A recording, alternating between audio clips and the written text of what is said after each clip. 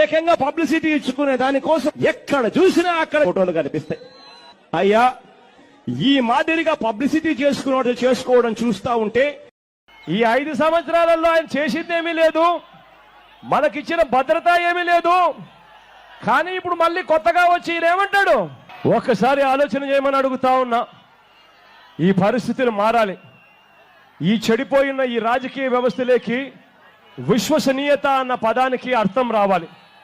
విలువలతో కూడిన రాజకీయాలు రావాలి.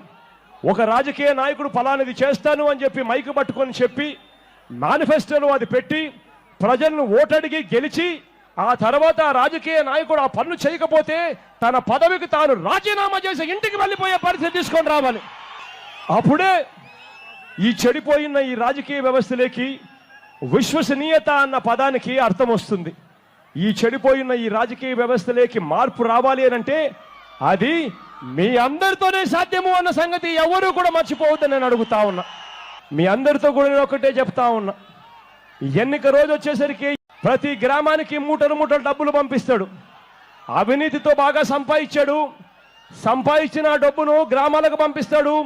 పంపించి ప్రతి చేతిలోనూ 3,000 రూపాయలు డబ్బు పెట్టే కార్యక్రమం చేస్తాడు.